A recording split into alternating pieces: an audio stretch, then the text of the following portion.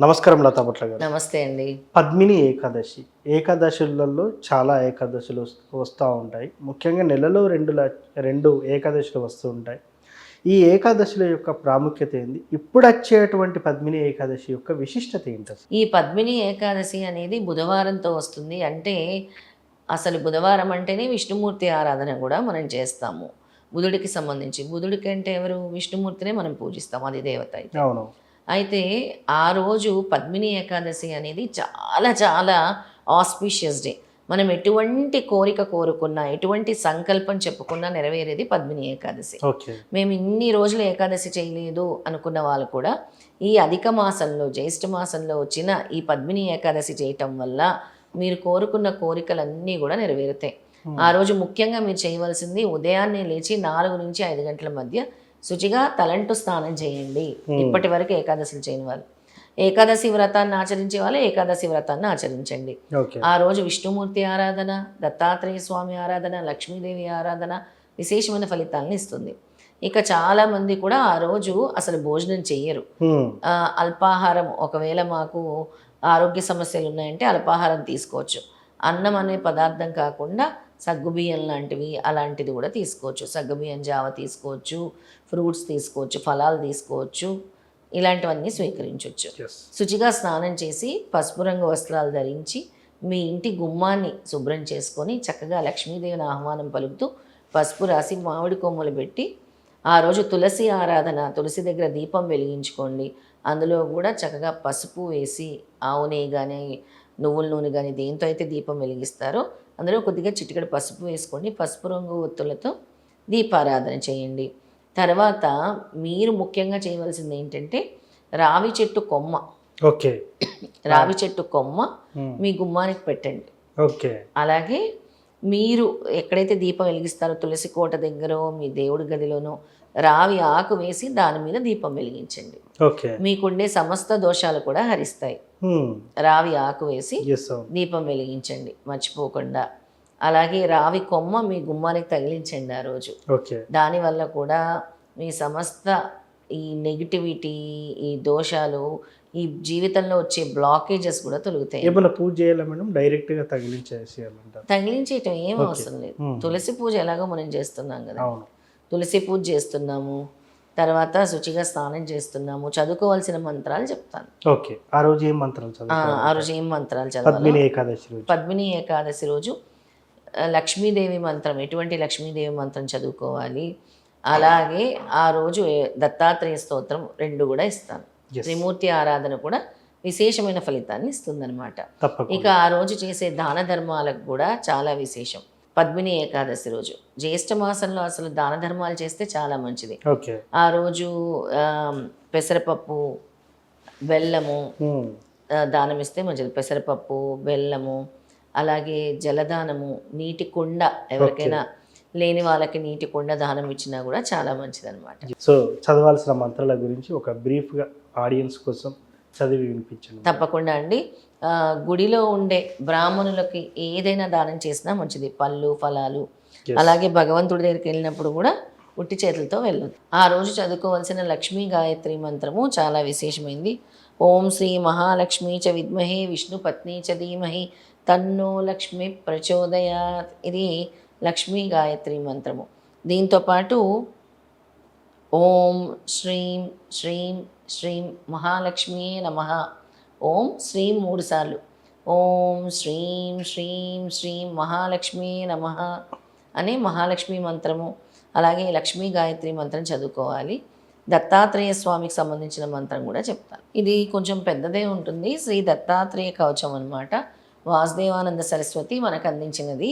ఇది కొంత చదివి మిగతం మనము పెడదాం, డిస్ప్లే చేద్దాం.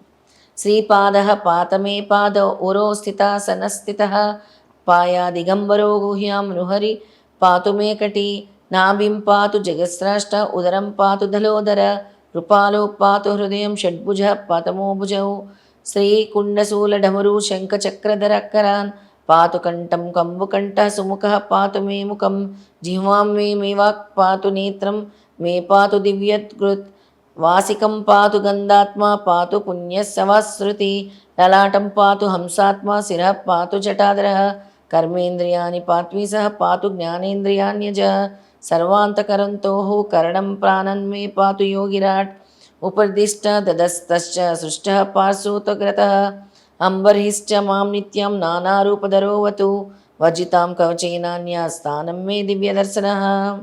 ఇది దత్తాత్రేయ కవచం అండి. ఆ రోజు చదువుకుంటే చాలా మంచిది.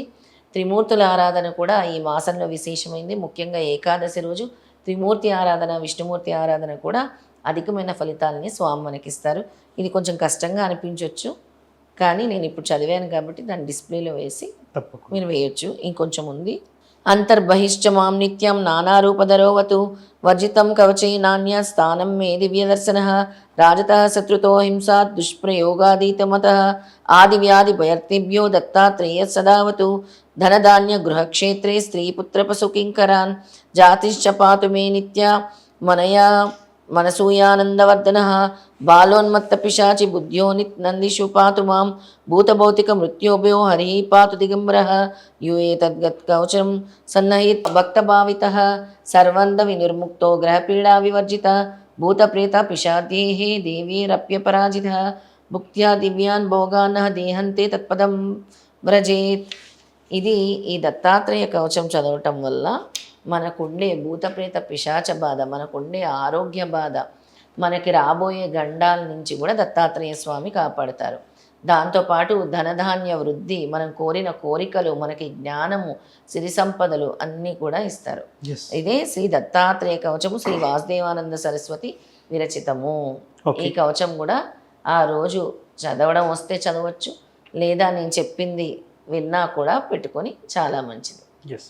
సో మొత్తానికి ఏకాదశి రోజు ఈ మంత్రాన్ని, ఈ దత్త కవచాన్ని ఖచ్చితంగా చదవాలంటారు. అవును, ఖచ్చితంగా చదివితే మంచిది. సో సమాప్తం ఎలా చెప్పాలి? పూజ సమాప్తం అంటే దీంతోనే సమాప్తం, ఇంకేం లేదు. వాళ్ళు ఏదైతే వాళ్ళ ఇష్టదైవము నామజపం చేసుకోవచ్చు, లేదా త్రిమూర్తుల నామజపం చెప్పాను కదండి. అవును. తర్వాత ఏముంది, మంగళహారతి, కర్పూర హారతి, పచ్చ కర్పూరంతో ఇస్తే మంచిది.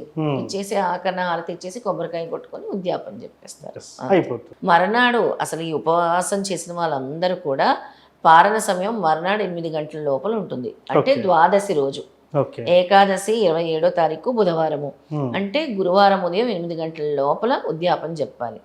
ఆ రోజు చిత్తా నక్షత్రం కూడా మొదలవుతుంది, మర్నాడు అనమాట. ఆ మర్నాడు ఎవరికైనా భోజనాలు పెట్టుకున్నా మంచిదే. ఒక ఇద్దరిని పిలిచి భోజనాలు పెట్టుకున్నా, లేదా బ్రాహ్మణుడికి భోజనాలకి దానం ఇచ్చినా కూడా విశేషమైన ఫలితం వస్తుంది. పద్మిని ఏకాదశి రోజు ఏం చేయాలి, ఏ మంత్రం జపించాలని చాలా చక్కగా చెప్పున్నారు. శ్రీకృష్ణ పరమాత్మయే చెప్పారు. ఈ పద్మిని ఏకాదశి ఆచరించడం వల్ల శ్రీకృష్ణ పరమాత్మ అర్జునుడితో చెప్పారు, ఈ పద్మిని ఏకాదశి ఆచరించడం వల్ల కోరిన కోరికలు కోరుతారు అని.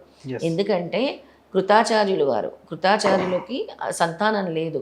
ఆయనకు సంతానం కావాలంటే ఈ పద్మిని ఏకాదశి ఈ విధంగా ఆచరించాలని దత్తాత్రేయ స్వామి వారి తల్లిగారు, అంటే అనసూయమాత, అత్రి అనసూయ వల్లే దత్తాత్రేయ స్వామి వచ్చారు భూలోకానికి. అనసూయమాత బోధించారు. ఆ అనసూయమాత అమ్మ బోధించినట్టే ఈ కృతాచార్యుడు ఆయన ఈ పద్మిని ఏకాదశి వ్రతాన్ని ఆచరించిన తర్వాత కాత్య వీరాజులు జన్మించారు. అది సో అంటే ఏది కోరుకున్నా జరుగుతుందన్నమాట. ఇంతటి విశిష్టత ఉంది ఈ మంత్రానికి. కాత్య వీరాజుడు అంటే సామాన్యుడా? ఆయన మాహిష్మతి సామ్రాజ్యానికి మహారాజు. ఆయన 50,000 సంవత్సరాలు పరిపాలించారు.